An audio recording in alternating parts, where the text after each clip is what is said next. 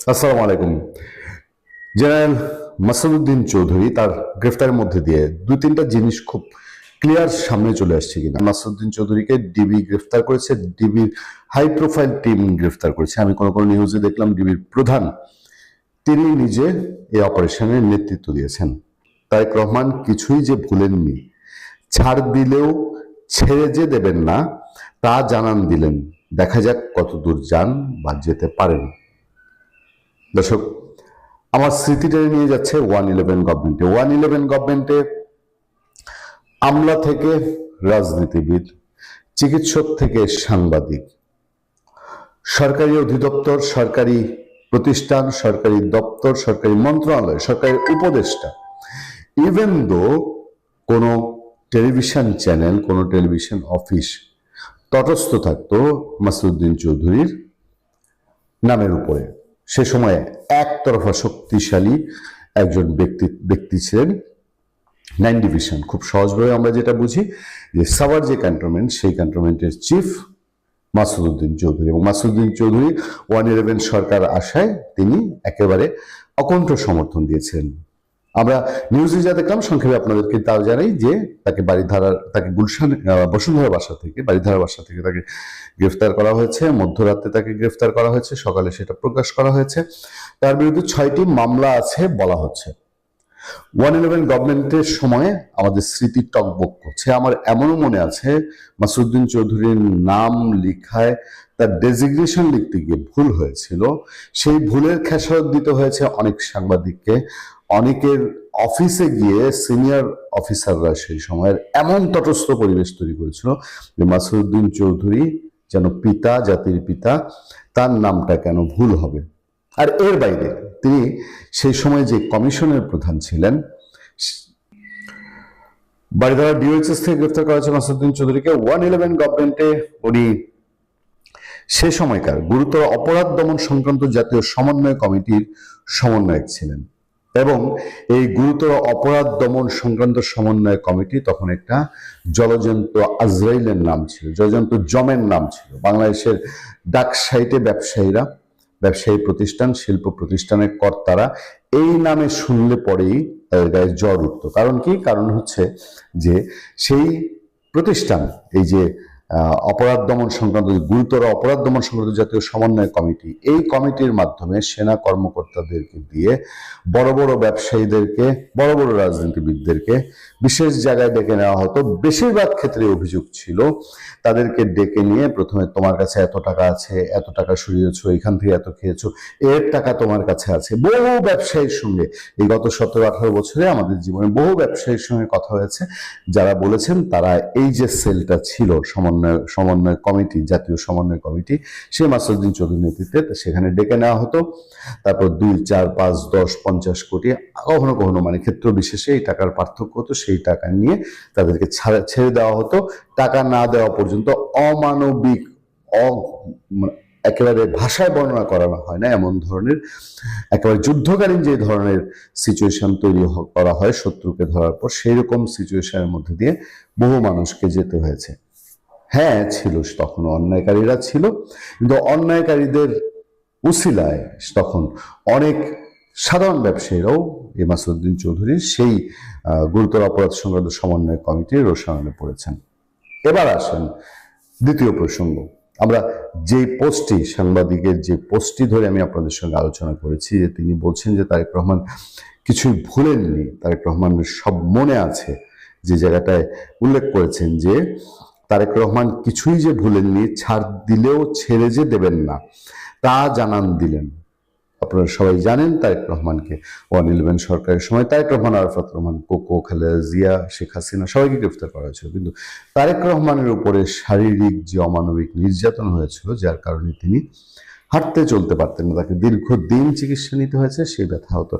এখনো তিনি ভোগেন কিনা সেটাই এই সাংবাদিক হয়তো নির্দেশ করেছেন যে তারেক রহমানের উপর, সেটা তো বিচার বহির্ভূত অত্যাচার ছিল, বিচার বহির্ভূত বেআইনি কাজকর্ম ছিল। 111 গভর্নমেন্টের পরপর শেখ হাসিনার 8-এর সরকারের, 9-এর সরকারের কথা আপনাদের মনে আছে কিনা? আমরা তখন আলোচনা করতাম শেখ হাসিনা তার পার্লামেন্টে এমপি হিসাবে সংস্কারপন্থী কিছু মানুষকে যারা সংস্কারপন্থী তার বিরোধী ছিল মনোনয়ন দিয়েছিলেন, খালেদা জিয়াও দিয়েছিলেন। আজকের মেজর হাফিজউদ্দিন আহমেদ যিনি স্পিকার, তিনিও সংস্কারপন্থী অংশের মহাসচিব থাকার পরও খালেদা জিয়া 8 নির্বাচনে তাকে মনোনয়ন দিয়েছিলেন। এরকম মনোনয়ন দিয়েছিলেন, তখন বলা হতো শেখ হাসিনা, সে ওই যে ইংরেজিতে বলতেন Saranjit Sengupta, forgive but not forget, মানে শেখ হাসিনা ক্ষমা করে দিতেন কিন্তু ভুলতেন না। সেই একই রকম একটা আবহ আমরা কি মনে করতে পারি যে ক্ষমতার আবহে থাকলে পরে রাষ্ট্রনেতারা তারা ভুলে যান না তাদের উপর দিয়ে কখন কে কি করেছে। এবার আসেন এই সূত্র ধরে, গতকালকে আমি একটি আলোচনায় আমি বিএনপি নেত্রী সৈয়দা আসিফা শরাফী পাপিয়াকে জিজ্ঞেস করেছিলাম 111 সরকারের বিরুদ্ধে, আওয়ামী লীগ সরকার বিরুদ্ধে ওই যে আমি মাসুদ্দিন চৌধুরী যে সেলের সমন্বয়ক ছিলেন, যে কমিটির সমন্বয়ক ছিলেন, তখন যেসব অত্যাচার নির্যাতন হয়েছে আমরা আরো দেখেছি, আমি আমাদের মাঠ পর্যায়ে দেখেছি, আমরা ভালো ভালো সামাজিক উদ্যোগ বাধাগ্রস্ত হয়েছিল জেলা পর্যায়ের যারা মাসুদ্দিন চৌধুরীর এই সমন্বয়ক টিমের মেম্বার ছিলেন তাদের মাধ্যমে। আমরা দেখেছি বহু সামাজিক বড় বড় প্রোগ্রাম জেলা পর্যায়ে, জেলার কমান্ডাররা, জেলার দায়িত্বে থাকা অফিসাররা তারা উপজেলা পর্যায়ে কিভাবে টাকার জন্য লোভী হয়ে পড়েছিল। সেই লোকগুলোকে শেখ হাসিনা সরকার কখনো বিচারের আওতায় আনেনি। শেখ হাসিনা সরকার খুবই স্বাচ্ছন্দ্যে ফখরুদ্দিন আহমেদ, মইনুল আহমেদ তাদেরকে দেশের বাইরে যেতে দিয়েছেন এবং তারা এখনো দেশের বাইরে আছেন। বাট সেই গভর্নমেন্টের বেআইনি কাজ, বেআইনি উদ্যোগ, অন্যায়, অপরাধ কোনো কিছুই আইনের আওতায় আসেনি। বাট আজকে 18 বছর পরে যদি তারেক রহমান বাংলাদেশের প্রধানমন্ত্রী হতে পারেন এবং তার সময়ে 111 বিচার প্রক্রিয়া শুরু হতে পারে, আজকে যদি এমন হয়ে থাকে কোনো কারণে শেখ হাসিনা সরকার যে কারণে 111 সরকারের বিচার করেনি, তারেক রহমান এখন সেই একই কারণে ইউনূস সরকারের বিচার করবে না বা করছে না, কিন্তু আবার 18 বছর, 28 বছর বা 38 বছর পরে এই ইউনূস সরকারের যারা ক্ষমতায় থেকে 111 গভর্নমেন্টের চোখ কয়েক গুণ পরিমাণ অত্যাচার, নির্যাতন, নিপীড়ন করেছে, তারাও যে বিচারের কাঠগড়ায় দাঁড়াবে না তার কি প্রমাণ আছে? মাসুদ্দিন চৌধুরীর বিরুদ্ধে 8টি মামলার কথা বলা হচ্ছে। আমি এই মামলা সম্পর্কে জানতে মোটেও আগ্রহী না, কারণ হচ্ছে আমাদের মনস্তাত্ত্বিক দিক থেকে পাবলিক পারসেপশন যা আছে মাসুদ্দিন চৌধুরী তখন দুর্দান্ত প্রতাপশালী লোক। এই লোক পরে শেখ হাসিনা সরকারের কৃপায় তিনি 6টা বছর 3বার সময় বাড়িয়ে তিনি অস্ট্রেলিয়া হাই কমিশনার ছিলেন। তিনি এরপরে আরো নাটকীয়ভাবে আওয়ামী লীগের নমিনেশন চান, শেখ হাসিনা পথ ধরিয়ে দেন, যে জাতীয় পার্টিকে তিনি কলকাঠি নাড়তেন জাতীয় পার্টি থেকে নমিনেশন নিতে, জাতীয় পার্টিতে গিয়েই নমিনেশন নিয়ে দুইবার এমপি হন এবং জাতীয় পার্টির প্রেসিডিয়াম সদস্য হয়ে যান। ফলে সেই টাইপের মানুষ আজকে গ্রেফতার হয়েছেন। আমি শুধু দেখছি যে অদূর ভবিষ্যৎ, যে এই যে পাপ যে বাপ কেউ ছাড়ে না, এবং আজকে সাদামাটা চোখে কোনো কোনো অন্যায়ের হয়তো বিচার এড়িয়ে যাবে, পুলিশ হত্যার বিচার এড়িয়ে যেতে পারে, কিন্তু ইতিহাস কি প্রমাণ করে? যেগুলো কোনো কিছুই বিনা চ্যালেঞ্জে প্রকৃতি ছাড়ে না, ইতিহাস ছাড়ে না। ভালো থাকবেন, সুস্থ থাকবেন। আপনার সাথে আমি আতিক রহমান, পূর্ণিয়া। সেই সাথে এইটুক প্রশ্ন করে রাখি, মরণোত্তর হোক, কোনোভাবেই হোক, যতটুকু অন্যায় যার আছে সেই অন্যায় তো সে শাস্তি পাওয়ার কথা। মাসুদ্দিন চৌধুরী যদি 111 গভর্নমেন্টের অন্যায় অপরাধের কারণে এখন শাস্তির মুখোমুখি হয়ে থাকে, ফখরুদ্দিন আহমেদ বা মইনুল আহমেদ তাদের জন্য কি একই রকম ফলাফল অপেক্ষা করছে? গতকাল অর্থাৎ মঙ্গলবার দিবাগত রাতে ঢাকার বারিধারা ডিওএইচএস এর নিজের বাসা থেকে গ্রেপ্তার হয়েছেন 2007 সালে যে 111 অন্যতম কুশীলব lieutenant general retired Masud Uddin Chowdhury. এতদিন পরে এসে হঠাৎ তার গ্রেপ্তার হওয়ার কারণ কি? এটা কি 111 প্রতিশোধ? একদিকে 111 প্রতিশোধের কথা যখন আলোচনা হচ্ছে, তখন সারা দেশ জুড়ে নানা ধরনের নৈরাজ্য, তেল নিয়ে মহা কেলেঙ্কারি ঘটছে বিভিন্ন জায়গায়, পাম্পে পাম্পে। 111 অন্যতম কুশীলব lieutenant general retired Masud Uddin Chowdhury প্রচন্ড দাপট ছিল সেই 111 সরকারে। তিনি কে কোথায় দুর্নীতি করলো, ব্যবসায়ীদের দুর্নীতি, এসব খুঁজে বেড়াতেন এবং অনেককে গ্রেপ্তার করেছিলেন। সেই দাপটে মাসুদ উদ্দিন চৌধুরী বয়সও হয়েছে এখন তার, 70 পেরিয়ে গেছে। তো সেই অবস্থায় তিনি গতকাল রাতে গ্রেপ্তার হয়েছেন। তার এই গ্রেপ্তার নিয়েই আসলে সামাজিক যোগাযোগ মাধ্যম এবং দেশব্যাপী আলোচনা চলছে। কে এই মাসুদ উদ্দিন চৌধুরী? 1975 সালের মে মাসে তিনি রক্ষী বাহিনীর অফিসার হিসেবে জয়েন করেছেন। পরে 75 সালের আগস্টের পট পরিবর্তনের ফলে রক্ষী বাহিনীর সিনিয়র অফিসারদের যখন আর্মিতে কোঅপ্ট করা হয়, সেই হিসেবে তিনি আর্মিতে গিয়েছিলেন এবং তিনি একমাত্র রক্ষী বাহিনীর অফিসার যিনি লেফটেন্যান্ট জেনারেল পর্যন্ত হতে পেরেছিলেন। এটার পেছনে অবশ্য বলা হয় যে এই মাসুদ উদ্দিন চৌধুরী কিন্তু বর্তমানে প্রধানমন্ত্রী তারেক রহমানের আত্মীয়। তারেক রহমানের মামা, তার ভাইরা ভাই হলো এই মাসুদ উদ্দিন চৌধুরী, সেই হিসেবে তারেক রহমানের মামা। এবং বিএনপি সরকারের আমলেই তার আসলে প্রমোশন গুলো হয়েছে। কিন্তু 2001 থেকে 2006 সালে যখন তারেক রহমান প্রচন্ড প্রতাপে হাওয়া ভবন চালাতেন, মানুষের সাথে খুব উগ্র ব্যবহার করতেন, হ্যাঁ, এবং প্রচন্ড ক্ষমতার অপব্যবহার করতেন, তার নামে প্রচুর কথাবার্তা শোনা যায়, প্রচুর বদনাম তখন তিনি কামিয়েছিলেন। তো সেই সময় এই lieutenant general retired Masud Uddin চৌধুরীর সাথেও তারেক রহমানের সম্পর্কের অবনতি হয়েছিল। তো এই ব্যক্তিগত সম্পর্কের অবনতি, এসব কারণেও ধারণা করা হয় যে 111-এর সরকারের সময় তারেক রহমানকে গ্রেপ্তার করা হয়েছিল এবং তারেক রহমান 1 বছরের বেশি সময় জেলে ছিলেন। সেই সময় অনেক নেতা গ্রেপ্তার হয়েছিলেন, তারা 1 বছরের বেশি জেলে ছিলেন, কিন্তু তারেক রহমানের স্পেশালিটি হলো যে তাকে বন্দী অবস্থায় চরমভাবে নির্যাতন করা হয়েছিল। সেই নির্যাতনের সাথে এই মাসুদ উদ্দিন চৌধুরী জড়িত কিনা এটা নিয়েও একটা আলাপ আছে। তো এখন মাসুদ উদ্দিন চৌধুরীকে কেন গ্রেপ্তার করা হলো? তাকে গ্রেপ্তারের পেছনে ডিবির প্রধান বলেছেন যে কমপক্ষে তার বিরুদ্ধে 5টা মামলা আছে। তিনি আদম পাচারের সিন্ডিকেটের সাথে জড়িত, সেখানে 9-6 করেছেন। তিনি নাকি কিছু খুনের মামলার সাথেও জড়িত। 2024-এর জুলাই আগস্টের যে হত্যাকাণ্ডগুলো হয়েছে, যেখানে ঢালাও ভাবে আসামি করা হয়েছে, সেখানে তার নামও আছে। এছাড়া তার আয়ের সাথে সঙ্গতিপূর্ণ নয় এমন অনেক অবৈধ সম্পত্তির মালিক বলেও শোনা যাচ্ছে। অর্থাৎ যে কাউকে ফাঁসানোর জন্য যে কমন মামলাগুলো হয়, সেই মামলাগুলোই তার বিরুদ্ধে হয়েছে। এখন তাকে আদালতে আনা হবে, রিমান্ডে নেওয়া হবে কিনা, এই বিষয়গুলো নিয়েই এখন আলোচনা হচ্ছে।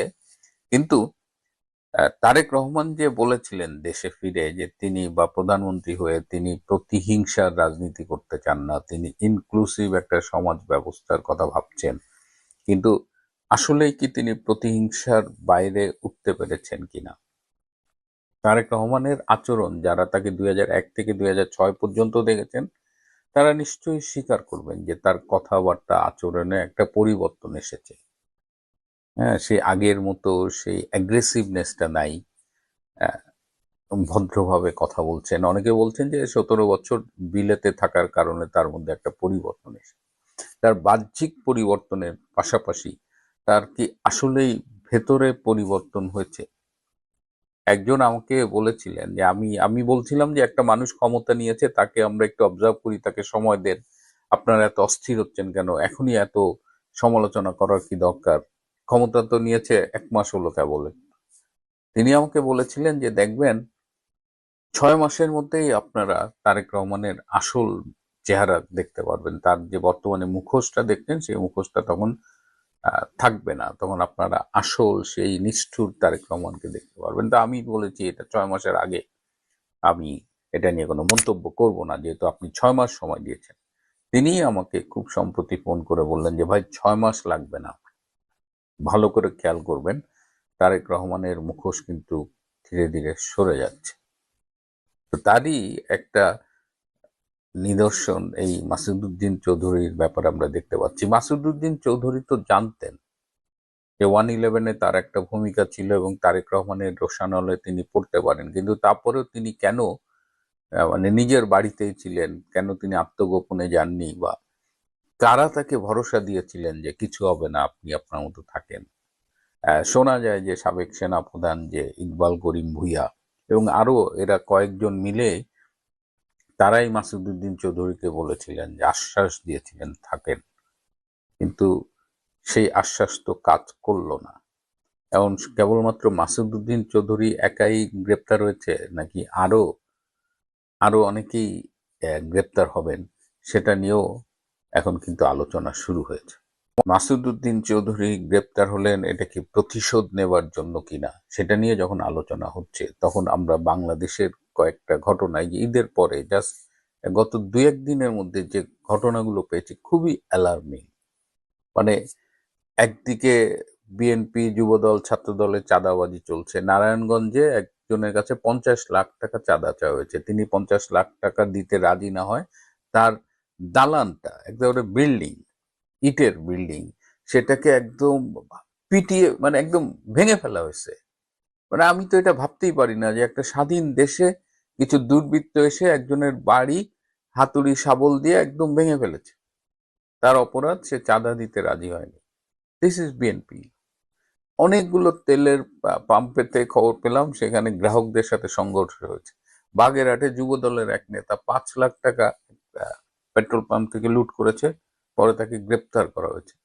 সিলেটে বাউল সঙ্গীত অনুষ্ঠান পণ্ড করা হয়েছে, হ্যাঁ, সেটা বাতিল করা হয়েছে। সেই সেই সঙ্গীতস্থলে হামলা করা হয়েছে এবং সেখানে নারায়ে তকবীর স্লোগান দেওয়া হয়েছে।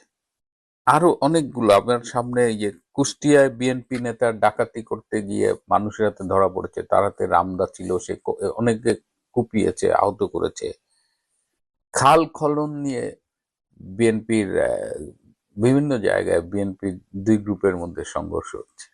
সারা দেশব্যাপী বিভিন্ন জায়গায় বিএনপির নিজেদের মধ্যেও কিন্তু এই সংঘর্ষগুলো চলছে। তাহলে এই যে এই যে ঘটনাগুলো, যে রিপোর্টগুলো, এটা এটা আমি জাস্ট বললাম কয়েকটা, এটা একটা দীর্ঘ তালিকা আছে। তাহলে কেমন আছে বাংলাদেশ? আমরা না নতুন বাংলাদেশের স্বপ্ন দেখলাম, ইউনূস বিশাল সংস্কারের পথে বাংলাদেশকে তুলে দিয়ে গেল, কিন্তু কোন বাংলাদেশকে আমরা দেখছি?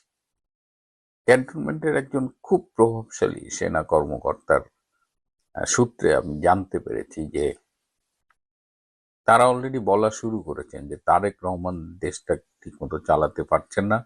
আরো যেটা গুরুত্বপূর্ণ বলা হচ্ছে যে সারা দেশে দলের উপর তারেক রহমানের তেমন কোনো হোল্ড নেই, নিয়ন্ত্রণ নেই। এটা কিন্তু খুব অ্যালার্মিং। তারেক রহমান যতই আপাতত দৃষ্টিতে তার আচরণ, কথাবার্তা, চালচলন বদলাক, তার দল কিন্তু বদলায়নি এবং সেই দলটার উপরে তার সারা দেশব্যাপী কোনো নিয়ন্ত্রণ নেই। এদিকে সারা পৃথিবীর যে অর্থনৈতিক একটা সংকট শুরু হয়েছে তেলকে নিয়ে, জ্বালানি মন্ত্রী বলছে তেল নিয়ে প্যানিক হওয়ার কিছু নেই, পর্যাপ্ত তেল আছে, কিন্তু মানুষজন, গ্রাহক তেল পাচ্ছে না। আজকে যারা এই রাইড শেয়ারিং করেন বা উবার, পাঠাও এসব চালান, তাদের বিশাল মিছিল হয়েছে তেলের দাবিতে, কারণ এতে সরাসরি তাদের পেটে লাথি পড়ছে। আর সাধারণ মানুষ যারা বাইক চালায় এদের তো আরো ক্রাইসিস। সরকার যা বলছে মাঠের রিপোর্ট তা সমর্থন করছে না। বা সব মিলিয়ে একটা মানে অনেকগুলো সংকট ঘনীভূত হয়ে আসছে। এবং এর আগেও আমরা দেখেছি যে ইউক্রেন রাশিয়া যুদ্ধের সময়ও কিন্তু এরকম তেলের একটা ক্রাইসিস হয়েছিল, তখন ব্যারেল $140 উঠে গিয়েছিল, এখনো 140 ওঠে নাই, বাড়তেছে। সেই সময় কিন্তু তেলের দাম বাড়লেও শেখ হাসিনা কিন্তু তেলের সরবরাহটা নিশ্চিত করেছিল, এরকম পাম্পে পাম্পে হাহাকার দেখা যায়নি।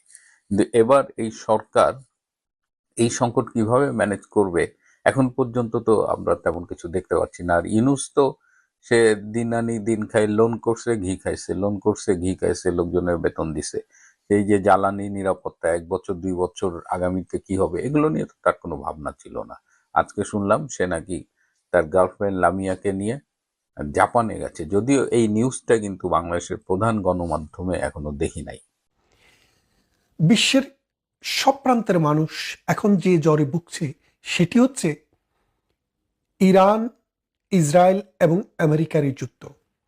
তথাপি মধ্যপ্রাচ্যে যে যুদ্ধ চলছে এটি শুধু ইরাক, ইরান বা ইসরায়েলের মধ্যে সীমাবদ্ধ নয়, এটি ছড়িয়ে পড়েছে সৌদি আরব, বাহরাইন, কুয়েত, কাতার, ওমান, আরব আমিরাত সহ মধ্যপ্রাচ্য যতগুলো রাষ্ট্র আছে প্রায় সবগুলি রাষ্ট্রতে, তারপরে সিরিয়াতে আছে, ইয়েমেনে আছে, তারপরে লেবানন তো প্রতিদিন চলছে। তা এইরকম একটা অবস্থায় এই জায়গায় যুদ্ধটি হলে সারা পৃথিবীতে তার কিভাবে কম্পন অনুভূত হচ্ছে দেখেন। পৃথিবীর প্রায় সকল প্রান্তে জ্বালানি সংকট দেখা দিয়েছে। বিশেষ করে এশিয়ার দেশগুলোর যে জ্বালানি, সেটার বেশিরভাগে এই মধ্যপ্রাচ্য থেকে সরবরাহ করা হয়।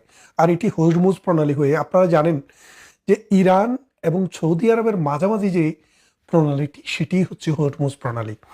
এই প্রণালীতেই কুয়েত অবস্থিত, এই প্রণালীতেই বাহরাইন, এখানেই দুবাই, এখানেই কাতার, এবং এখানেই সৌদি আরবের সবচেয়ে বড় অংশ, আর ইরান তো রইলই। তাহলে দেখেন যে এই হরমুজ প্রণালী এটাই মূলত তেলের সরবরাহের ক্ষেত্রে সবচেয়ে বড় ভূমিকা রেখে এসেছিল। এখন এই হরমুজ প্রণালী দিয়ে তেল যখন যেতে পারছে না, তখন সারা পৃথিবীতে হাহাকার পড়ে গেছে। বিশেষ করে এশিয়ার উন্নয়নশীল দেশ Bharat, Pakistan, Bangladesh, Indonesia, Malaysia, Japan, China. তবে চায়নার বিকল্প উৎস আছে, ভারতেরও বিকল্প উৎস থেকে, রাশিয়া থেকে দীর্ঘদিন থেকে তেল মজুত করে রেখেছে। ভারতে এখনো সেই সমস্যাটি ততটা প্রকটভাবে দেখা দেয়নি, আর রাশিয়ার তেল ভারতে অহরহ আসছে। তাহলে এখন সমস্যাটি মূলত ইন্দোনেশিয়া, জাপান, বাংলাদেশ, পাকিস্তান, আফগানিস্তান এই অঞ্চলে চরম আকার ধারণ করেছে। আর আমেরিকা সেই 7 সাগরের তীরে ওপারে বসে তারা কিন্তু কোনো দুঃখে নাই, কষ্টে নাই, তাদের কিন্তু যুদ্ধের কোনো হাহাকার নেই। কেননা ইরানের এমন কোনো ক্ষেপণাস্ত্র নেই যেটি ইরান থেকে আমেরিকা পর্যন্ত ছুটতে পারে, যার কারণে যুদ্ধ যতই হবে আমেরিকা ইনভলভ থাকবে, কিন্তু আমেরিকার ভূমিতে কোনো যুদ্ধ হবে না। যার কারণে এই যুদ্ধটি মূলত এশিয়ার যুদ্ধ, এই যুদ্ধটি মূলত মধ্যপ্রাচ্যের যুদ্ধ, এই যুদ্ধটি মূলত আরব ভূখণ্ডের লোহিত সাগর এবং পারস্য উপসাগরের যুদ্ধ। এই যুদ্ধটি আমাদের তথা দক্ষিণ পূর্ব এশিয়া সহ এশিয়ার মধ্যপ্রাচ্যের অস্তিত্বের সংগ্রাম। এখন এই সংগ্রামে কারা জিতবে, কারা হারবে, সেটা বড় কথা নয়, কিন্তু এই যুদ্ধে কত মানুষ মারা যাচ্ছে, কত মানুষের জীবন যাচ্ছে, সেটা কিন্তু সবচেয়ে বড় হয়ে দেখা দিয়েছে। আপনি দেখেন বাংলাদেশে 2 রকমের খবর আপনি দেখবেন, মিডিয়াতে যান, ব্লগে যান, আপনি দেখবেন ইরান অলরেডি আমেরিকাকে হারিয়ে জয়লাভ করে ফেলেছে। যেমনটা 1991 সালে যখন সাদ্দাম হোসেনের সাথে আমেরিকার যুদ্ধ হয়েছিল, এইরকমই বাংলাদেশের পত্রপত্রিকায় নিউজ আসছিল। অন্যদিকে আমাদের দেশের যে জামাতি মৌলবী যারা এবং যারা কট্টরপন্থা অবলম্বনকারী অন্যান্য মৌলবী আছে, তারা কিন্তু সবাই ইরানের বিরুদ্ধে।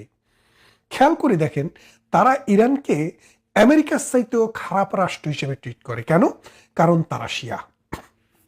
অথচ দেখেন আমাদের এই যে ভারতবর্ষ, এই ভারতবর্ষে যার নেতৃত্বে, যিনি এই ভারতবর্ষকে ইংরেজদের হাতে তুলে দিয়েছিল, সেই মির্জাফর, তিনিও ছিলেন শিয়া। ভারতের এবং পাকিস্তানের বিভাজনের সময়ে যিনি নেতৃত্ব দিয়েছেন, মোহাম্মদ আলী জিন্না, তিনিও কিন্তু শিয়া। তাকে কিন্তু জাতির পিতা হিসেবে মেনে নিতেও আমাদের দেশের এই মৌলবীদের মনে কোনো কষ্ট লাগে না, কিন্তু তিনিও শিয়া। তাহলে এখন ব্যাপারটা বোঝেন, এই শিয়াদেরকে আপনি বলছেন যে শিয়ারা ইসলামকে ধ্বংস করছে, শিয়ারা ইমামদেরকে মানে না, আমাদের সাহাবীদেরকে মানে না, অমুক করে না, তমুক করে না। কিন্তু সত্যিকার অর্থে আপনি দেখেন যে শিয়া এবং সুন্নি ইসলামের জন্ম কিন্তু, মানে 2টা গ্রুপের জন্ম ইসলামের অর্থাৎ আবির্ভাবেরও 200 বছরের পর, 200 থেকে 300 বছর পরে শিয়া এবং সুন্নির এই বিষয়টি আবির্ভূত হয়েছে।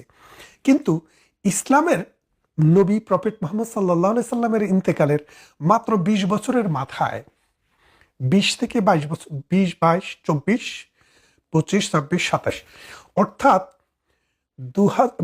632 সাল থেকে 664 সাল পর্যন্ত সময়ের ভিতরে, এই 32 বছরে 4 জন খলিফার মধ্যে তিনজন খলিফাকে নির্মমভাবে হত্যা করা হয়েছে। এই নির্মমভাবে হত্যা করার পরে যাদের কাছে ক্ষমতা গিয়েছে তারা 97 বছর মহানবীর বংশে একজন পুরুষ মানুষকেও রাখে নাই। তারা কিন্তু কেউ শিয়া ছিল না, তারা সবাই সুন্নি ছিল। কিন্তু তাদের নামের পরে আপনারা রহমতুল্লাহ এরকম অনেক উপাধি আপনারা পড়েন, কিন্তু সত্যিকার অর্থে শিয়া এবং সুন্নির যে বিভাজন, এই বিভাজনটি ইসলামের অনেক দূরবর্তী ইস্যু। ফান্ডামেন্টাল যে জায়গা কোরআন, মহানবী বলেছেন যে আল্লাহর বাণী হচ্ছে কোরআন। এই কোরআন নিয়ে শিয়া সুন্নির মধ্যে কোনো বিভেদ নেই। শিয়ারা 5 ওয়াক্ত নামাজ পড়ে, কিন্তু 3 বেলায় পড়ে। জোহর এবং আসর একসাথে পড়ে, মাগরিব এবং এশার নামাজ একসাথে পড়ে, ফজরের নামাজ আলাদাভাবে পড়ে। কেন পড়ে? শিয়ারা বলছেন কোরআনের ভেতরে যা দেখেছেন তাদের কাছে মনে হয়েছে আল্লাহ 3টি সময়কে নির্দিষ্ট করে বলেছেন, একটি দিনের মধ্যভাগ, একটি দিনের শেষ ভাগ, আর একটি প্রত্যুষ। এই 3টি সময়ের কারণে তারা 5 ওয়াক্ত নামাজকে এই 3 সময় পড়ে। এবং আপনারা যদি দেখেন আজকের যে আধুনিক বিশ্বে ইসলাম ধর্মের যে সংস্কার, অর্থাৎ অন্ধকার থেকে বেরিয়ে আসা, ইসলাম ইটসেলফ ইজ নট অন্ধকার, এটা আলোকিত একটা ধর্ম। কিন্তু এই আলোকিত ধর্মকে যারা অন্ধ করে রেখেছে, যে সামাজিক প্রথা, কুসংস্কার, এটার থেকে বেরিয়ে আসার ক্ষেত্রে এই শিয়া রাষ্ট্রসমূহ, শিয়া মতবাদগুলো পুরা পৃথিবীতে সিগনিফিক্যান্ট কন্ট্রিবিউশন রেখেছে। আমাদের যদি আপনি পুরা বিশ্বে দেখেন, বাংলাদেশে যে ওয়াজ করে সকালে বিকালে রাতে দুপুরে, একটা আজকে বলে কালকে আরেকটা বলে, ওই কাজী ইব্রাহিম জিনের বাদশা যে উনি, তাদের যে ওয়াজ খিস্তি খেউর আপনারা শুনতে শুনতে তো অসুস্থ হয়ে গেছে অনেক মানুষ। কিন্তু ইরানে আপনি এইরকম ওয়াজ করতে পারবেন না। আপনাকে ইসলামী জ্ঞান অর্জন করার পর ফিলোসফিক্যাল আসপেক্টে আপনি ফিট কিনা মানুষের কাছে ওয়াজ করার জন্য, ইসলামের মতো সফিস্টিকেটেড একটা বিষয়কে, কোরআনের মতো এত গুরুত্বপূর্ণ একটা বিষয়কে ব্যাখ্যা করার জন্য আপনি ফিট কিনা, সেটা সার্টিফিকেট লাগে। এবং ইসলামী বিশ্বে পুরা এই যে সৌদি আরব, বাহরাইন, কুয়েত, কাতার, ওমান, আবুধাবি যা বলতেছেন, এটা কিন্তু সবাই সুন্নি। এরা একটি মাত্র দেশ ইরান, সেটার সাথে কেউ পারে না বলেই আমেরিকার সাথে বাবা ডেকে তাদের পায়ে ধরে থাকে, তাদের তাবেদার হয়, তাদেরকে নিজের দেশে ঘাঁটি করতে দেয়, তাদেরকে অর্থ দেয়, বৃত্ত দেয়। আর ইরান, এই পারস্য সভ্যতা, তারা ইসলাম ধর্মকে গ্রহণ করেছে ঠিকই, কিন্তু তাদের যে শৌর্য বীর্য, সেটা তারা বিসর্জন দেয়নি। আজকের এই পৃথিবীতে আমেরিকার মতো সুপার পাওয়ারের সাথে মানে প্রতিযোগিতা করে এই রকম একটা যুদ্ধ এতদিন পর্যন্ত প্রলং করা, টিকিয়ে রাখা একমাত্র ইরানের পক্ষেই সম্ভব ছিল। এছাড়া যদি এটা সৌদি আরব হতো, এটা যদি কোনো সুন্নি রাষ্ট্র হতো, তাহলে এর অনেক দিন আগে 3 দিনের মাথায় আমেরিকাকে বাবা ডাইকা আত্মসমর্পণ করে চলে আসতো। তাহলে আপনারা বোঝেন যে আমাদের বাংলাদেশে যেসব জঙ্গি নেতা, আমাদের বাংলাদেশে যেই সব জামাতে মোল্লা, বাংলাদেশের যেই সকল তথাকথিত আলেম ইরানের বিরুদ্ধে আচরণ করে, ইরানকে সন্ত্রাসী বলতে চায়, ইসলাম ধর্মের ধ্বংস করার জন্য ইরানকে দায়ী করতে চায়, তাদেরকে ইসলামের হিস্ট্রিটা একটু দেখতে বলবো। যে প্রথম এই যে ইরানে কিন্তু ওয়াহাবিজমের জন্ম হয়নি, কিন্তু এই ওয়াহাবিজম ধর্মকে, ইসলামকে এই রাজনীতিতে নিয়ে আসার যে আব্দুল ওহাব নজদি, এই নজদিকের সেই লোক যখন এই ইসলামকে পলিটিসাইজ করলো, সেই ইসলাম সারা বিশ্বে মৌলবাদের জন্ম দিল, আল কায়দার জন্ম দিল, সারা বিশ্বে আইএসের জন্ম দিল, সারা বিশ্বে তালেবানের জন্ম দিল। এখন দেখেন তো, শিয়া কোনো রাষ্ট্রে, শিয়া কোনো মতবাদ থেকে এরকম জঙ্গি কি কোথাও উৎপাদিত হয়েছে? হয়নি, হবে না। কারণ তারা তাদের দেশকে ভালোবাসে, তাদের ইসলাম তারা তাদের দেশেই রাখতে চায়। তারা পুরো পৃথিবীতে মৌলবাদ, সন্ত্রাসবাদ, ধর্মের নামে জঙ্গিবাদ চড়াতে চায় না। তাই এই মৌলবাদীরা, তথাকথিত এইসব মোল্লা গোষ্ঠী ইরানের বিরুদ্ধে। আমি ইরানের পক্ষে সে কথা বলছি না, কিন্তু মানবতার পক্ষে তো দাঁড়াতে হবে। ইরান তো এই যুদ্ধ ডেকে আনেনি, ইরানের উপরে অযাচিতভাবে আমেরিকার শক্তি আছে বলে তার অস্ত্র চালিয়েছে। তাই ইরান যদি আজ হেরেও যায়, তবু বলতে হবে মানবতা হেরে গেছে। কারণ আমেরিকার আজকে যিনি শাসন করছেন, তার কাছে মানবতাবোধ, ভদ্রতাবোধ, শিষ্টাচার, রাষ্ট্রাচার, মানবাচার কোনো কিছুই কিন্তু নাই। তাই আসুন বাংলাদেশের এইসব পাতি মোল্লাদের কথা না শুনে, মানুষে মানুষে বিভেদ তৈরি না করে, পৃথিবীর মানুষ যে যে দেশে আছে, যে যে ধর্ম পালন করে, যেভাবে আছে, সত্য এবং ন্যায়ের ভিত্তিতে কোনো রাষ্ট্রের সমালোচনা করুন, ধর্মের ভিত্তিতে নয়, অথবা ধর্মের কোনো উপভাগ বা সেক্টরের ভিত্তিতে নয়, শিয়া বা সুন্নির ভিত্তিতে নয়, ইসমাইলি বা হানাফির ভিত্তিতে নয়, মানুষের ভিত্তিতে, নীতি এবং নৈতিকতার ভিত্তিতে সমালোচনা করুন।